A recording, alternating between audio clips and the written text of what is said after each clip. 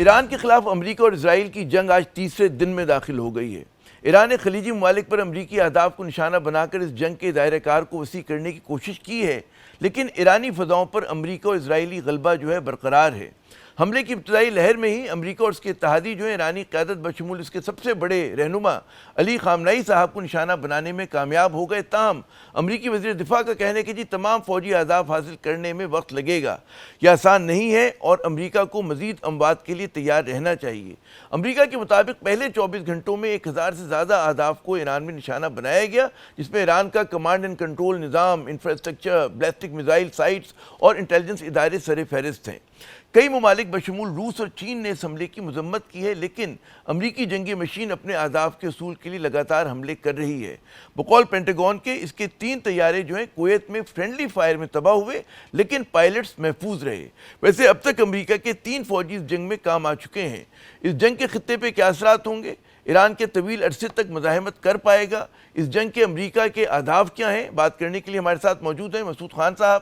مسعود صاحب، امریکہ چین میں پاکستان کے سفیر رہ چکے ہیں اور اقوام متحدہ میں پاکستان کے مستقل مندوب کے طور پہ بھی انہوں نے ذمہ داریاں ادا کی ہیں۔ اس کے علاوہ آزاد کشمیر کے صدر کے بھی انہوں نے فرائض انجام دیے ہیں۔ بہت بہت شکریہ مسعود صاحب اپنا قیمتی وقت دینے کا۔ وہ جو چند ہفتے پہلے آپ نے ایک پیش گوئی کی تھی وہ پوری ہو گئی، ایران پہ حملہ ہو گیا، ایک مرتبہ پھر امریکہ اور اسرائیل ہیں ہم دیکھتے ہیں کامیابی کے ساتھ ایرانی قیادت کو نشانہ بنانے میں کامیاب ہوئے ہیں اور ان کے ظاہر کے سپریم لیڈر اس میں حملے میں وہ کام آئے۔ یہاں سے آپ حالات کو کس طرف جاتا ہوا دیکھ رہے ہیں اور آپ کے خیال میں ایران تن تنہا کتنی مزاحمت کر پائے گا؟ جو ایران نے اب تک مزاحمت کی ہے وہ بھی خلاف توقع تھی، یعنی امریکہ اور اسرائیل کے لیے اور خلیجی ریاستوں کے لیے بھی۔ وہ سمجھتے تھے کہ اتنے بحری بیڑے کے ساتھ وہ آ رہے ہیں، امریکہ اتنے 2 بحری بیڑوں کے ساتھ آ رہا ہے، اسرائیل کی بہت بڑی طاقت ہے۔ امریکہ آپ کو پتا ہے کہ دنیا کی سب سے بڑی عسکری طاقت ہے اور اس علاقے کی، اس خطے کی اسرائیل بہت بڑی طاقت ہے۔ انہوں نے مل کر حملہ کیا ہے۔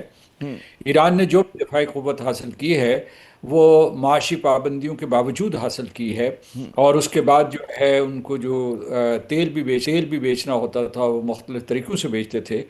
تو اس حالت میں انہوں نے اپنی میسائل ڈیفنس کیپیبلٹی پیدا کی اور اسی سے وہ دفاع کر رہے ہیں، میسائلز ہوں، ڈرونز ہوں، یا ان کے سائبر وارفیئر کے بھی ان کے پاس انسٹرومنٹس موجود ہیں۔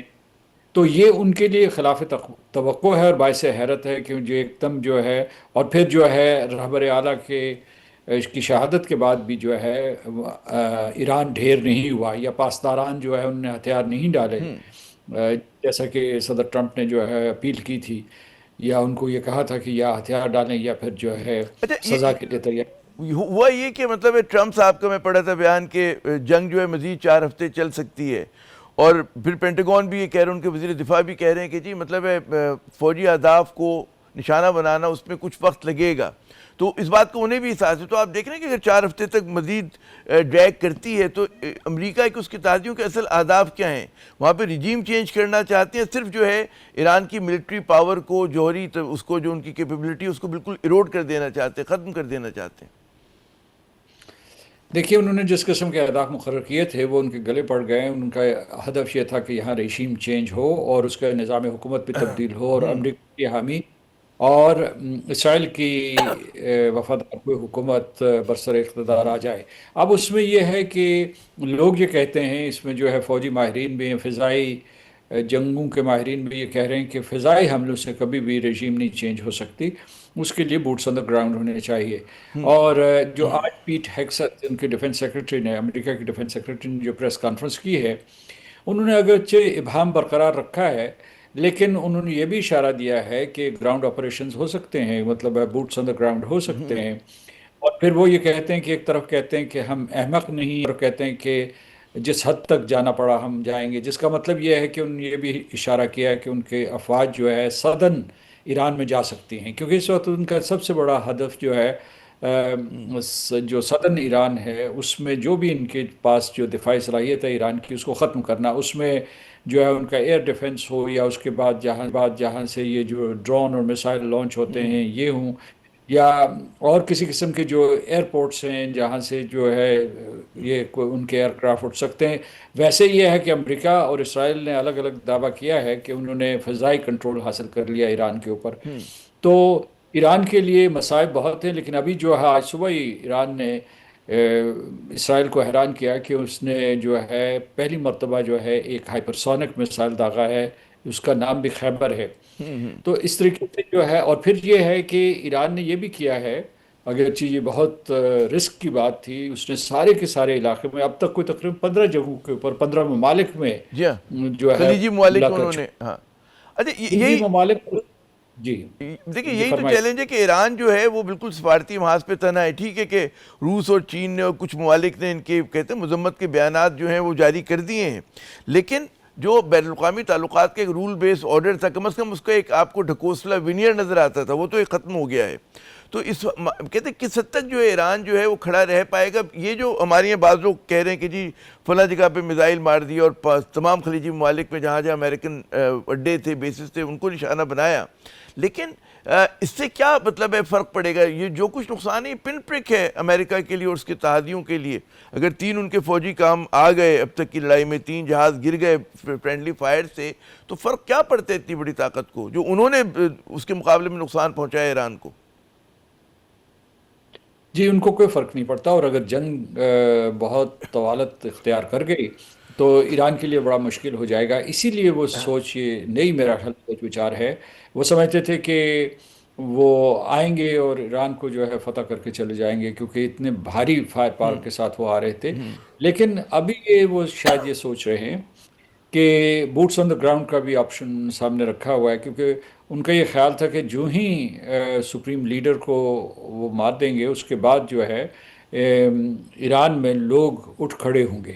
اور اگر آپ نے دیکھا ہو جو مغرب کا میڈیا ہے وہ الگ خبریں دے رہا ہے، وہ مطلب سیلیبریشن کی خبریں دے رہا ہے ایران سے جی ہاں. کہ انہوں نے سیلیبریٹ کیا. جو الجزیرہ ہے وہ یہ دے رہا ہے کہ وہاں ایران کے اندر فی الواقع کس قسم کا رد عمل ہوا ہے، کیونکہ وہاں جو ہے لاکھوں لوگوں نے جو ہے وہ اپنے اپنے غم و غصے کا اظہار کیا ہے.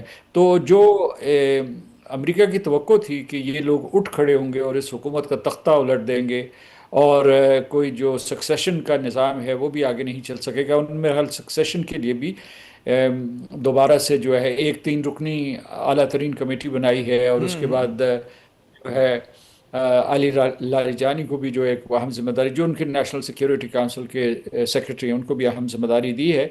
تو جو آپ کا سوال ہے وہ بالکل درست ہے کہ اگر فرض کیجئے 4 ہفتے تک یہ رہتی ہے جنگ، یا اس کے بعد اس سے بھی آگے بڑھ جاتی ہے، تو ایران کو بہت نقصان ہوگا. لیکن ایران کی اسٹریٹجی یہ ہے، حکمت عملی یہ ہے کہ یہ جو خلیجی ریاستیں ہیں ان کے اوپر اس طریقے سے حملے کرو کہ مجبور ہو جائے، امریکہ کو مجبور کریں کہ کسی طریقے سے ان حملوں کو بند کیا جائے. یہ ان کی اسٹریٹجی ہے.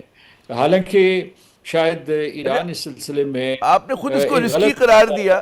مطلب ہے بعض تجزیہ کاروں کو کہنے کہ جی مطلب ہے نقصان دہ ہوگی، ایران ہی کے لیے نقصان دہ ہوگی. ایک جو ہمدردی کی بات ہو رہی تھی عرب ممالک کی طرف سے وہ ختم ہو جائے گی. نہیں، ہمدردی کی بات نہیں، کہ ان کے سٹریس اتنا بڑھے گا، کیونکہ ابھی آپ نے دیکھا کہ گیس اور تیل کی قیمتیں جو ہیں ایک دم بڑھنے لگی ہیں. گیس کی قیمتیں جو ہے پورے یورپ میں بھی جو تقریباً 50% ان میں اضافہ ہو گیا ہے. تیل کی سپلائی جو ہے وہ رک گئی ہے، اور اس کی وجہ سے ایک تیل کی قیمتیں بھی اوپر چڑھنا شروع ہو گئی ہیں. اور ابھی جو عالمی منڈیاں جو ہیں ان کو بھی بہت بڑا دھچکا لگنے والا ہے. تو اس کی وجہ سے مجبور، کیونکہ ایک میں آپ کو بالکل ایک نیا نقطہ بتاتا ہوں، وہ یہ ہے کہ یہ سارے کا سارا امت مسلمہ کا نقصان ہے. اس میں جو ہے فاتح بالآخر جو ہے اسرائیل ہوگا، کیونکہ ایک طرف خلیجی ریاستیں وہ بھی مسلمان ریاستیں ہیں، ایک طرف جو ہے ایران ہے، امریکہ بھی اٹھ کے یہاں سے چلا جائے گا، ایک طرف ان خلیجی ریاستوں کی معیشت برباد ہو جائے گی، اور ایران بھی تباہ و برباد ہو جائے گا. تو اس میں جو الٹیمیٹ فاتح ہوگا وہ اسرائیل ہوگا. اس کے مقاصد پورے ہوں گے، کیونکہ آپ کو پتہ ہے کہ اس نے سعودی عرب اور یو اے ای کے درمیان بھی رخنے ڈال دیے تھے، دراڑیں ڈال دی تھی، اور اس کے بعد سعودی عرب کو بھی وہ اس طریقے سے اٹھتا ہوا نہیں دیکھنا چاہتا، کیونکہ وہ ایک بہت بڑی عسکری طاقت کے طور پر ابھرے. کیونکہ سعودی عرب جو ہے وہ پچھلے 2-3 سال سے یہ بھی تقاضا کر رہا تھا امریکہ سے کہ اسے بھی جوہری توانائی کے لیے جو ہے ٹیکنالوجی دی جائے کہ جس طریقے سے ایران کے پاس ہے، اور ان کا بالواسطہ طور پر یہ بھی کہنا ہے کہ اسرائیل جو ہے ایک جوہری طاقت ہے. تو اس کا مطلب یہ ہے کہ جو الٹیمیٹ نقصان ہے وہ مسلمان مسلمان ممالک کا ممالک. ہے. اچھا، یہ آپ نے فرمایا کہ یقیناً تیل کی قیمتوں پہ بالکل منڈیوں پہ اثر پڑ گیا ہے. امریکہ کو تو پھر بھی فائدہ ہے، نیٹ ایکسپورٹر ہے وہ اس کا، انرجی کا، تیل کا. جی درست ہے. کچھ بحران جو ہے امریکہ کے اندر بھی ہے. مثال کے طور پر یہ جو ان کے ریپبلکنز ہیں، یا جو صدر ٹرمپ کی کابینہ ہے، وہ تو ان کے ساتھ کھڑی ہے. لیکن میگا کنسٹیٹوئنسی جو ہے میک امریکہ گریٹ اگین جو صدر ٹرمپ کی ہے، اس میں بھی کچھ سوالات اٹھائے جا رہے ہیں کہ ایک مرتبہ پھر اسرائیل کے کہنے کے اوپر آپ نے ایران کے اوپر حملہ کر دیا ہے، اور وہاں امریکہ کا کوئی مفاد وابستہ نہیں ہے. حالانکہ میں سمجھتا ہوں کہ اگر آپ دیکھیں امریکہ کی تاریخ دیکھیں تو یہ چیز جو یہ حملہ جو ہے صدر ٹرمپ سے مخصوص نہیں ہے. صدر اوباما کے دوران بھی جو ہے، صدر بائیڈن کے دوران یہ فوجی کارروائیاں ہوئی ہیں. جارج ڈبلیو بش کے دوران جو ہے فوجی کارروائیاں ہوئی ہیں عراق میں، افغانستان میں. تو وہاں کا اصل جو ہے وہ فائدہ اس قسم کی جنگوں کا ملٹری انڈسٹریل کمپلیکس کو ہوتا تو ہے، ہوتا کیونکہ ہے. وہاں اچھا، پاکستان کے لیے ٹریلین جو ہے، ڈالر. ہاں میں جی خطہ کلامی کروں، جی پاکستان کے لیے خارجہ محاذ پہ کئی چیلنجز ہیں. یقیناً پاکستان کو ایران سے ہمدردی ہے، مذمتی بیان بھی دیا ہے پاکستان نے آفیشلی. ساتھ ہی امریکہ اور اس کے اتحادیوں کو بھی ہم ناراض نہیں کرنا چاہیں گے. ہمیں جو ہے خلیجی ممالک سے بھی ہمدردی ہے. تو جو ایک سفارتکاری کا بڑا ہائی وائر بیلنسنگ ایکٹ آپ کو پرفارم کرنا ہے، اور کر رہے ہیں آپ، تو کتنا بڑا چیلنج ہے یہ. اور اس میں کیا آپ کو تضادات نظر آ رہے ہیں کہ جہاں پر پاکستان کو کبھی نہ کبھی کوئی پوزیشن واضح لینی پڑے گی کسی معاملے پہ؟ میں یہ کہوں گا کہ پاکستان اس سٹیج پہ کے مرکز میں نہیں ہے. یعنی مطلب یہ ہے کہ جو اس وقت جو منظرنامہ ہے وہ پاکستان جو ہے وہ پریفری میں ہے، کیونکہ یہ جنگ جو ہے امریکہ اور اسرائیل اور ایران کے درمیان ہے، اور خلیجی ریاستیں اس کی لپیٹ میں آئی ہیں. لیکن پاکستان جو ہے اس کے، جیسا کہ آپ نے اشارہ کیا، کہ اس کے بہت سے مفادات اس میں وابستہ ہیں. امریکہ سے بڑی محنت کر کے گزشتہ برس جو ہے اس نے امریکہ کے ساتھ تعلقات بڑھائے ہیں، اور امریکہ اور اسرائیل کے حملوں کی مذمت کی ہے پاکستان نے. دوسری طرف اس نے جو ہے خلیجی ریاستوں کے اوپر ایران کے حملوں کی مذمت کی ہے. یہ تقریباً یہی سٹینس جو ہے وہ اقوام متحدہ کے سیکرٹری جنرل نے لیا ہے. یعنی جو ہم لوگ جو گفتگو کر رہے ہیں یا جو بیانات دے رہے ہیں وہ اقوام متحدہ کے چارٹر اور رول بیسڈ آرڈر کے تقاضوں کے مطابق ہیں. لیکن یہ ہے کہ اس وقت جو رول بیسڈ آرڈر کوئی ہے نہیں، وہ بالکل درہم برہم ہو چکا ہے. تو اس لیے یہ ہے کہ پاکستان جو ہے I'll say کہ it is walking on egg shells, کہ اسے بہت احتیاط برتنی ہے کہ ایسی پوزیشن لے کہ نہ تو اس کے حلیف ناراض ہوں جیسے کہ خلیجی ریاستیں، اور جو ایران کا جو ایک قسم کا پریسیڈنٹ قائم ہوا ہے یہ بھی نہ آگے بڑھے جی کہ اسرائیل جب چاہے اس ملک کے اوپر حملہ کر دے. اور امریکہ کے اوپر میں نے پہلے بھی آپ کے ساتھ گفتگو ہوتی رہی ہے.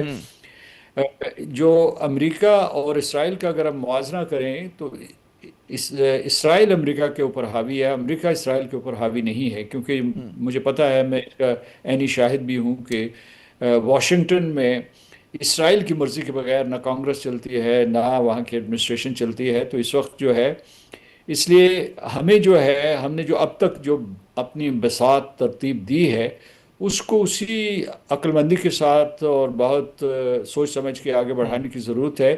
اور یہ جو ابہام ہے ایک قسم کا لوگوں کی پوزیشنز میں، اس میں صرف جو ہے مغربی ممالک میں جو ہے وہ اسپین کھل کے آیا ہے، اور کچھ نارڈک کنٹریز جو ہے انہوں نے ان حملوں کی مذمت کی ہے مختلف الفاظ میں. باقی یہ ہے کہ ارجنٹینا جو ہے امریکہ کا بہت بڑا حلیف ہے، اس نے ساتھ دیا ہے. اب جو 3 بڑے ممالک ہیں یورپ کے، اس میں جرمنی ہے، فرانس ہے اور یونائیٹڈ کنگڈم، انہوں نے اگرچہ جو ہے وہ اس حملے کا حصہ نہیں بنے، لیکن انہوں نے عملاً جو ہے امریکہ کا ساتھ دیا، ساتھ کیونکہ دیے. ان کے بھی جو اس علاقے میں موجود. اچھا، اب ایک بات ہے کہ بھئی ایران کا جوہری پروگرام ظاہر ہے کہ امریکہ کو قابل قبول نہیں تھا، اسرائیل کو قابل قبول نہیں تھا. حملہ ہو گیا، اور یہ دوسری بار ہوا، پچھلے برس بھی ہوا، اس بار بھی ہوا، اور دونوں بار بہت زیادہ نقصان پہنچا ہے. اسی طرح بہت سارے ہمارے اپنے پاکستان میں حلقے کہتے ہیں کہ جی پاکستان کا جوہری پروگرام بھی جو ہے، پاکستان دنیا کی واحد ایک ڈکلیئرڈ نیوکلیئر ریاست ہے، تو وہ بھی کھٹکتا ہے. اسرائیل کو بھی کھٹکتا ہے اور بعض دیگر مغربی ممالک کو بھی کھٹکتا ہے. تو کیا اس بات کا خدشہ مطلب فوراً نہیں، بعد میں 2-3 سال کے بعد 4 سال کے بعد کہ جب وہ اپنا باقی معاملات نمٹا چکیں گے تو پاکستان کی طرف توجہ ہو جائے؟ بھارت جو ہے اسرائیل کا دوست ہے، اسرائیل امریکہ کا دوست ہے، تو جو مسلط ہے دوبارہ بن جائے گی؟